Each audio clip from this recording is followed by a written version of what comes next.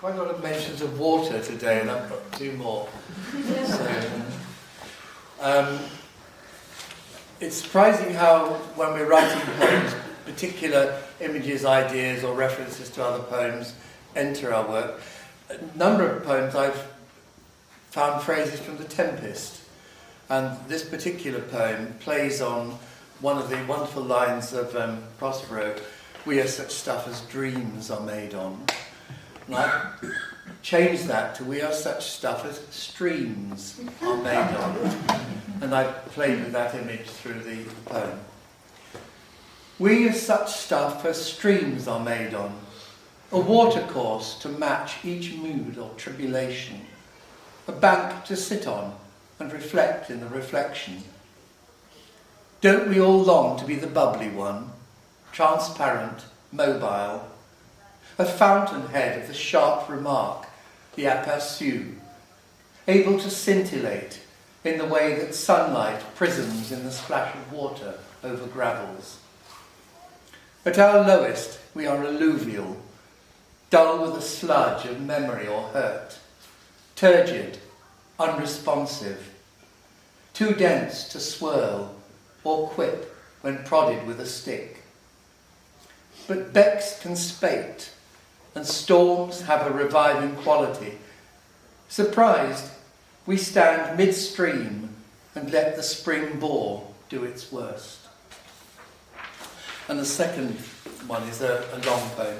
It's called Flag Fen. Flag Fen is a very important Bronze Age site in the fens to the east of Peterborough. It's called Flag Fen because of the yellow flag irises which grow there. In the Bronze Age, between two areas of dry land, a huge causeway was built by local inhabitants. So it took them across the fenland water, but halfway across there was a platform from which they deposited various votive offerings. In the end, the water rose and it was submerged and then rediscovered by Francis Pryor, a famous archaeologist. There are two columns, two narratives in parallel, but I will indicate whether we're going to be the young Bronze Age couple coming to Flag Fen to deposit something. So when I go like that, you'll see they're there. This is just to make it clear. On the right-hand side is the modern discovery and excavation, description of what's there and our reaction to it. She notices the flowers first, clustered on the fringe of standing pools, tall, vigilant.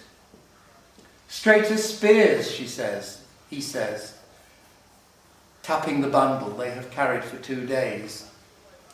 She sees only the dazzling yellow petals, drooping like tongues that have been licking butter.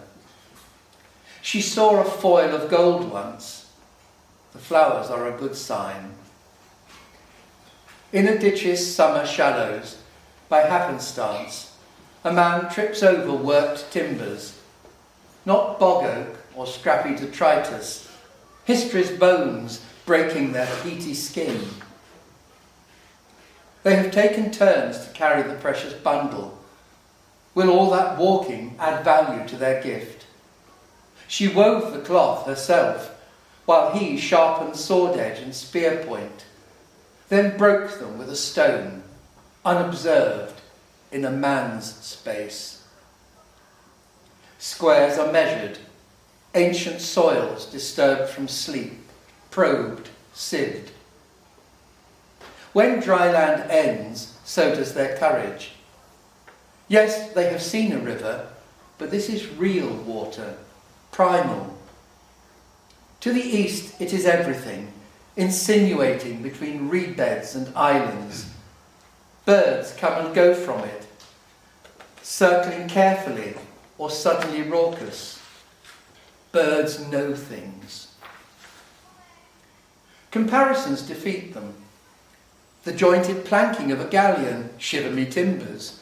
A whale somehow beached here, ribs chest high. Great men have defied the water. No, not defied, tamed it. No, spanned it merely, linking fen edge with the nearest islet.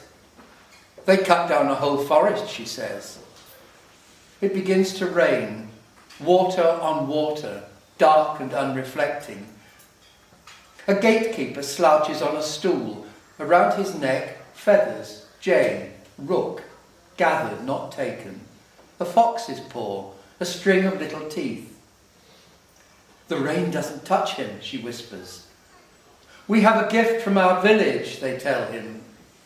It's not for me to see, he says, and waves them on. Him on the outside, her on the inside, neither in the middle. That's for the special ones. No shoes. In the great shed, a slice of the Leviathan on show. 5 lanes to manage all that Bronze Age traffic. It rains here too, a constant fine mist to stop the ancient carpentry from cracking. We do not need the signage, but read it all the same. 60,000 timbers, fine tooling, ungrudging man-hours. We long to place a hand where theirs have been. Halfway across, a platform, raised, more solid. Here, one world laps against another. She keeps her distance as he kneels. What if he's taken? He breathes in the enormity of the water, waits for his moment, hopes he will know it.